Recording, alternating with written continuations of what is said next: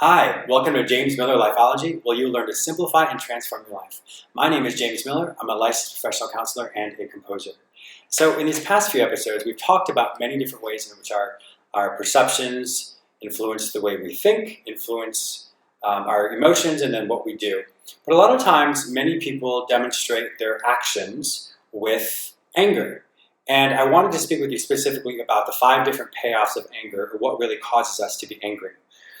So when we have the thinking error, so our perception is skewed, and then we feel a certain way, and then we do something. So the way the anger works is it's the demonstration of the emotions through the action.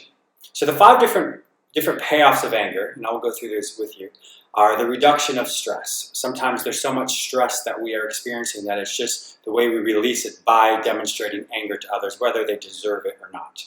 Another one is it's to hide emotional pain. And I'll come back to that one because that's usually the predominant one that people experience. Another one's to get attention. Sometimes people are very angry to get attention from others. That's how they interact with others. Another one is to demonstrate punishment and revenge. They're just so angry that they have to punish the people or find some type of revenge against them. And the last one is to change the behavior and manipulate other people. So the way it works is the reduction of stress. So my perception influences my thoughts, which influence my emotions, which creates all these chemicals in my body, which then causes me to get so overwhelmed that I have to reduce the stress. I have to release the stress. So it comes out in a very violent, explosive or expressive way. That's one thing.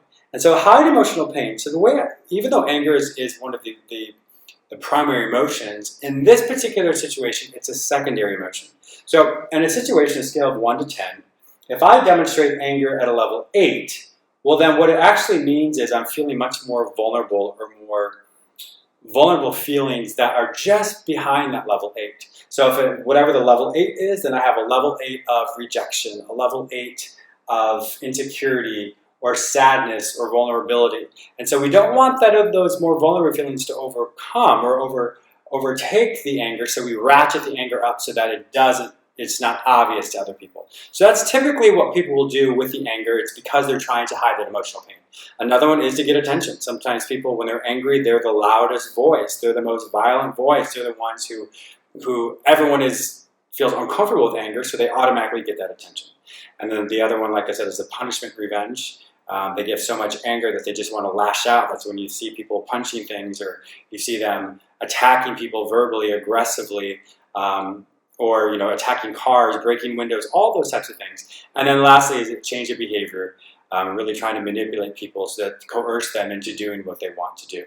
So what I'm actually going to do is I'm going to create a link at the bottom of this on a Google document, which gives you kind of a little breakdown. So there's going to be 2 little activities for different episodes. So if you're struggling with anger, what this is going to do is going to kind of help you look at what you're experiencing before, what was a trigger event, what did you do with your anger, how would you rate your anger, and what was the payoff of the anger, one of the 5 things we just demonstrated.